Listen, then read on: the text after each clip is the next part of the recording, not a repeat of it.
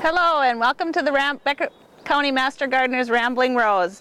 Today we're in my garden and I'm just going to kind of tell you the layout of the garden and why it's planned this way. First we have the tomatoes, about 25 tomatoes, peas, beets. We'll walk on down, but tomatoes and peas I like to plant close together because peas have a short life. Pretty soon they're done, I can pull them out, my tomatoes will take over that area. Have peas. These peas are trellised. We can talk about that a little bit later because they're more climbing peas, the snap peas. Beets.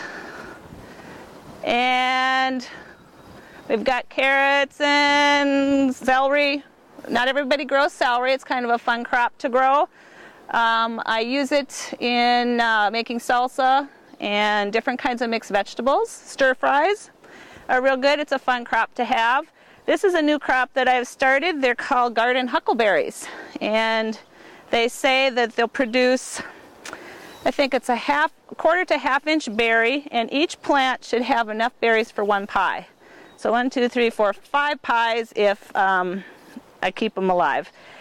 Something new. I like to try new things every year in the garden. I always have a lot of green peppers, and we have the lettuce. Onions. Our family likes onions, as you can see, so we have lots of onions. On onions, one thing I've noticed as I was walking through here today, they get these little seed things on the top, and I like to pick those off because my mama told me. I'm really not sure, but it's supposed to have something to do with that. If you don't pick them off, it'll start to make a seed on top, and then it won't go to the fruit in the bottom. So you wouldn't have a large onion. So when I walk through the garden, as I'm checking for disease and insects and weeds, of course, there's always weeds, you look for things like this, and I pick those off. Next we have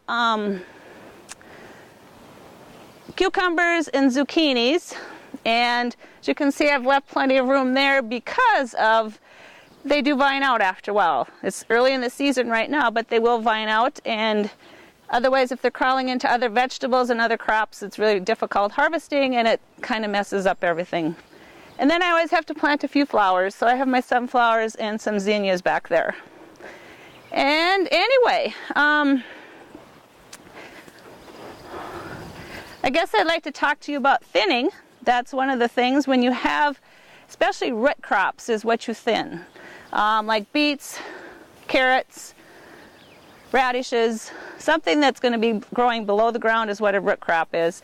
And you want to provide enough space for it. When you do plant them, you try to plant the seed as thin as possible, but it just doesn't work. There's always a little too much.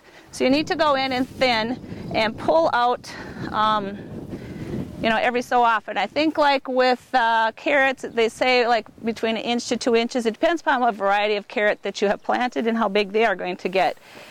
I normally would not thin on a hot day like this. I would do it in the cool of the evening because the plants kind of tend to wilt a little bit more, but we will thin today, and then I'll come back later and just give them a little drink of water just to help them because they've lost some of their friends that held them up, and they're going to have to stand up by themselves.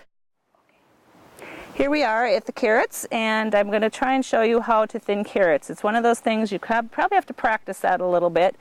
I thin maybe 3 or 4 times. I thin, and then I'll look, and then I might thin again that day, or when I go back weeding again, I'll thin again. So what I do is you kind of look, and you can kind of see all the little plants there. And you can't have that many plants because you won't have a carrot at the bottom. So I just start pulling until it looks like I have a thinner row. Kind of like that. So you'll see I took out maybe half of what was there. Probably should take out a few more. Probably like that. And then you just keep going on down the row. It's just kind of a pulling little thing. That's how I do my first thinning. The wind is not cooperating. So that's thinning a little bit. And then what I'll do, probably in the next couple days, I'll come back again and I'll look to see where, they'll be standing up nicer. They'll have revive from this thinning, and then I'll see, oh yep, there's still like 7 really close together. So then we need to thin again. So thank you for listening, and you guys have a wonderful day, and we'll be talking to you soon.